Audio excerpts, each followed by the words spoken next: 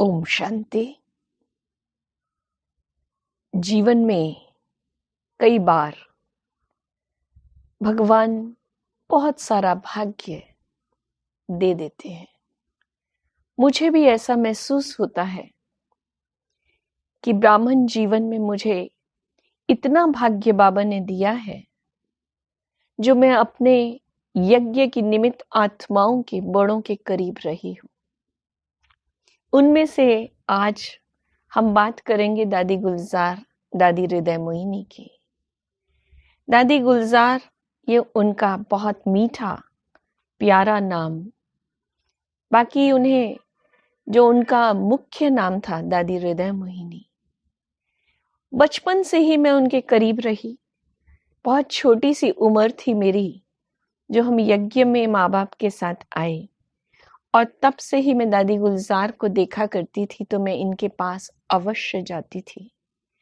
मेरे मन में एक भाव होता था जो कि शायद मुझे अपने लौकिक माता पिता ने ही दिया था कि दादी गुलजार के सामने जाओगे, इनके तन में बाबा आते हैं, आपके मन में जो भी है दादी के सामने जाते ही दादी उसको पढ़ लेती हैं और वो बाबा को सुना देंगे। आपको जो बाबा से कहना है, बहुत सरल माध्यम है दादी गुलजार, आप इनके पास जाओ, इनसे मिलो, इनकी दृष्टि लो, बाबा के पास जो आप देना चाहते हो, कहना चाहते हो, वो मिल जाएगा, पहुंच जाएगा, और दादी जी आपको जवाब भी दे देंगी। तो मैं इस भावना से जाती थी और दादी को कहती थी, दादी मेरे लिए बाबा आपको कुछ कहते हैं कभी? मेरा आगे भविष्य क्या होगा बाबा ने कभी आपको बताया नहीं, मुझे आप बताओ। बहुत छोटी सी आयु थी मेरी। तो दादी कहा करती थी कि देखो, तुम्हें बाबा ने चुना है, अपना बनाया है, तुम्हें तो बहुत सेवा करनी है। इस तरह दादी प्यार से, दुलार से दृष्टि देती, टोली देती। बाकी वैसे दादी का जो स्वभाव था, एक तरफ मुझे जो फील होता था, दादी हंसमुख रमणीक थी और दूसरी तरफ दादी बहुत शांत रहती थी। कभी उनको ऐसे आपस में औरों से बात करते हुए, फालतू बात करते हुए, टाइम वेस्ट करते हुए हम नहीं देखे। अक्सर करके वो अपने पुरुषार्थ में कहूँ रहती थी, शांत रहती थी। जब आप उनसे बात करते तो ऐसा लगता था बहुत ध्यान से सुन रही हैं, बहुत प्यार से निहार रही हैं। मेरा एक अनुभव दादी गुलजार के साथ कटकपुरी यात्रा का भी रहा। अब तो मुझे ये याद नहीं कैसे वो प्रोग्राम बना, लेकिन मधुबन से मेरा प्रोग्राम दादी गुलजार के साथ कटक और पूरी उड़ीसा पूरा घूमने का बना। मेरी आयु काफी छोटी थी, मैं समझती हूँ ये बातें मैं सुना रही हूँ 85-86 की, बहुत पुरानी बात है। तब मैं बहुत छोटी उम्र में यंग बाबा का बच्चा। तो उस उम्र में जब मैं दादी के साथ थी और हर पल जब दादी के साथ वो हफ्ता 10 दिन रहने का मौका मिला, वो मेरे लिए लाइफ के लिए प्रेशियस टाइम रहा। मैंने बहुत कुछ सीखा, कैसे बड़ों के साथ रहना है, कैसे खाना है, कैसे चलना है। दादी हर पल सिखाया करती थी, देखो जब भोजन करते हो ना, बस बाबा को याद करना और अपनी थाली में देखना है और उसको खाना है शांति से।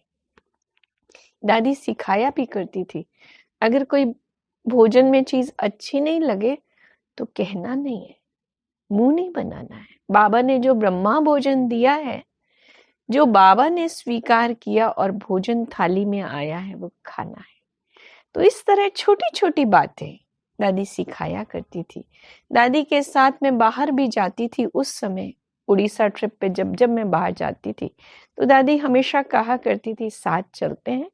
और साथ हम दादी के पीछे पीछे रहते थे, और दादी जो क्लासेस कराती थी, दादी कहा करती थी नोट करो, और फिर रात को पूछा करती थी, आज मैंने क्लास कैसी कराई, क्या थी उसमें विशेष बात, उसमें से तुमने क्या सीखा, कौन सी बात अच्छी लगी। अच्छा ये बताओ, जो बात कही दादी ने, क्या तुम उसको रिपीट करके सुना सकती हो, जैसे दादी ने जिस भाव से कही।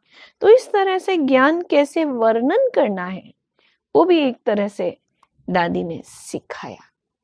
और अमृत वेले के लिए दादी का बहुत जोर उस समय भी होता था कि रात को चाहे कितनी भी थकावट हो, अमृत वेला करना है।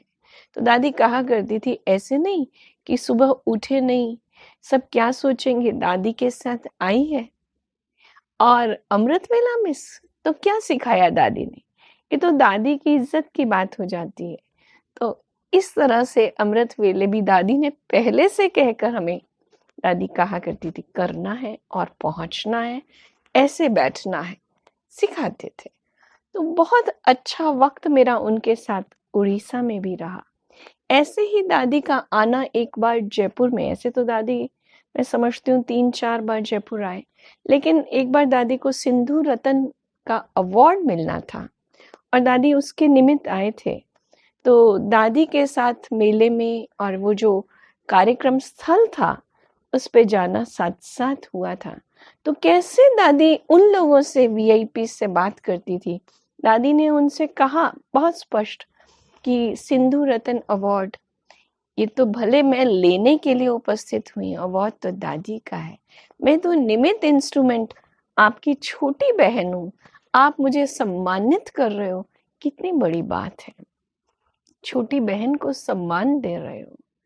तो वो कहा करते थे, सामने जो सिंधु रतन देने वाले सिंधी लोग थे, दादी को उन्होंने कहा, अरे दादी, आपको तो कैसे कहे, आप हमारी छोटी क्या, आप हमारी बड़ी बहन है, आपका हाथ हमारे सर पर होना चाहिए, आपका हाथ सर पे सदा रहे तो बस फिर हमारी समस्याएं समाप्त हो जाएंगी। इस तरह दादी बहुत विनम्रता से वीआईपी से मिला करती थी। तो बहुत अच्छा लगता था कि दादी कैसे विनम्र भाव से मिलती है। और दादी का जो क्लास कराने का तरीका था वो मुझे बहुत अच्छा लगता था। दादी बहुत छोटी छोटी टोटके की तरह बातें सुनाती थी और सिंपल करके ज्ञान कैसे हम अपने प्रैक्टिकल लाइफ में उसको अप्लाई कर सकते हैं, दादी सुनाया करती थी।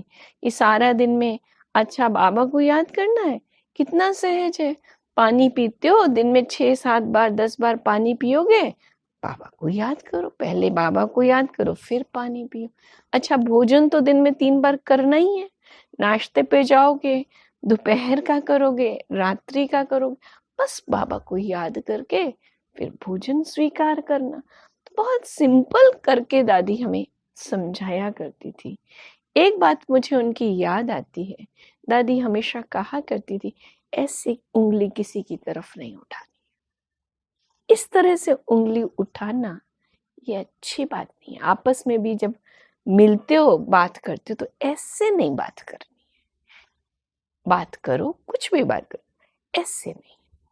तो हालांकि मेरे में तो यह आदत उंगली उठाने की नहीं रही कभी भी, पर मुझे अच्छा लगा था कि कैसे छोटी छोटी बातों पर बड़ों का ध्यान रहता है और बड़े सिखाते हैं। और दादी हंस कर के ये जब कहा करती थी, अरे कुछ भी हो, शुगर है कोई बात नहीं, ठीक हो जाएगी, दिल खुश मिठाई खाओ, ये तो आसान है, ये महंगी नहीं है, सिर्फ अपने अंदर लाओ, मुझे खुश रहना है, खुशी बांटनी है और खुशी देनी है सबको। तो इस तरह से दादी सिंपल करके हंस करके ज्ञान के बड़े बड़े राज समझा देती थी। दादी जी को जब भी हम देखते थे, अभी भी लास्ट में भी जब हमने दादी से हम मिलन मुलाकात करते थे, तो ये तो अभ्यास था ही था कि दादी के पास अवश्य बाबा मिलन के बाद जाना है, मिलना है, एक बार दादी से मिलना है। मैं जरूर जब भी देखती थी उनको, मुझे ऐसा महसूस होता था हर घड़ी जैसे बाबा बैठे हैं। मुझे कभी ऐसा नहीं लगा बाबा नहीं है दादी है। मैं हमेशा कहा भी करती थी, दादी आपको देखकर तो लगता है बाबा बैठा है, बाबा बैठा है, बाबा दृष्टि देता है। तो वो कहूँ बाबा वाली दादी थी, दादी गुलजार बाबा वाली दादी, बाबा का अनुभव कराने वाली, बाबा की शक्ति हमें देने वाली, ऐसी मीठी प्यारी हमारी दादी गुलजार थी। ओम शांति।